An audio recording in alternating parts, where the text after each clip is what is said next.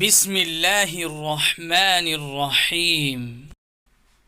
جب کسی شخص کو بیمار یا مصیبت زدہ دیکھے تو یہ دعا پڑھے: الحمد للہ الذی عافانی مما ابتلاک بہ وفضلنی علی کثیر ممن خلق تفضیلا۔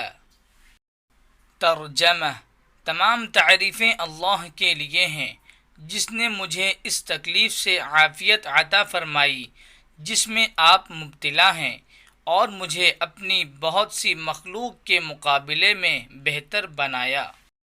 فائدہ: